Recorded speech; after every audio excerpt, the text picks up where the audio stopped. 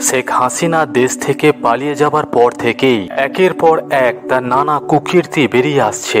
রাজনৈতিক ভিন্ন মত পোষণকারীদের দমন করতে আওয়ামী লীগ সরকারের সময় বহু মানুষকে গুম করা হয়েছে। যে গোপন কারাগারে গুম করা হতো সেই জায়গাটার ছন্দ নাম হলো আয়নাঘর। শেখ হাসিনার আস্থাভাজন বাংলাদেশের সামরিক বাহিনীর গোয়েন্দা সংস্থার কিছু অসৎ অফিসার এই আয়নাঘরটিকে পরিচালনা করত। এই পর্বে শেখ হাসিনার গোপন কারাগার আয়নাঘর সম্পর্কে আলোচনা করা হবে।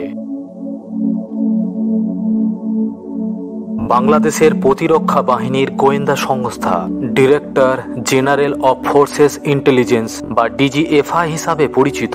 অভিযোগ রয়েছে যে ডিজিএফআই এর কাউন্টার টেররিজম ইন্টেলিজেন্স ব্যুরো বা সিআইবি আয়নাঘর নামে পরিচিত কুখ্যাত কারাগারটি রক্ষণাবেক্ষণ করে থাকে। 2022 সালে সুইডেন ভিত্তিক একটি স্বাধীন সংবাদ মাধ্যম নিউজ করা একটি অনুসন্ধানী প্রতিবেদনে আয়নাঘরের বিষয়টি সবার সামনে উঠে আসে।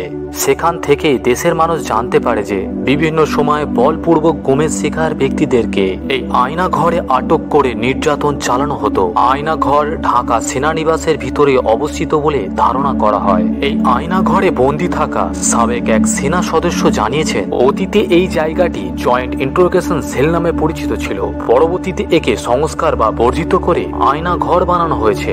গুমের শিকার হওয়া বেশ কয়েকজন সাবেক সেনাবাহিনীর কর্মকর্তা আয়নাঘরের অবস্থান প্রকাশ করেছেন। তারা জানিয়েছেন এই আয়নাঘরটি ডিজিএফআই এর অফিসের ঠিক পিছনেই অবস্থিত।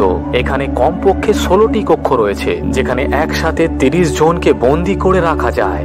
আয়নাঘরের দায়িত্বে থাকা কয়েকজন সামরিক কর্মকর্তা গোপন এই কারাগারের ছবিও প্রকাশ করেছেন। এই সব ছবি দেখলেই বোঝা যায় গোপনে কারাগারে কাউকে বন্দী করা কতটা অমানবিক। এখানে বহু লোককে বিনা বিচারে বছরের পর বছর এমনকি যুগের পর যুগ আটকে রাখা হয়েছে।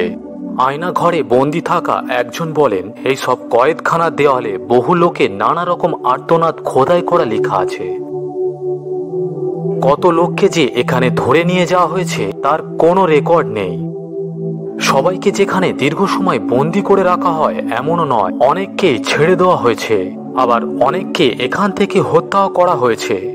আয়নাঘরের ছবি হিসাবে সামাজিক মাধ্যমে এইরকম কয়েকটি ছবি প্রচারিত আছে যেখানে দেখা যাচ্ছে বহু মানুষের কঙ্কালের স্তূপ। তবে ছবিটির সততা সম্পর্কে শতভাগ নিশ্চিত হওয়া যায়নি।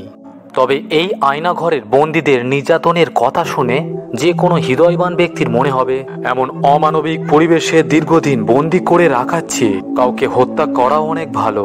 অভিযোগ রয়েছে ডিজিএফআই এর কিছু অসৎ কর্মকর্তা অবৈধ রাজনৈতিক সুবিধা নেবার জন্য এই সব কর্মকাণ্ড করেছে।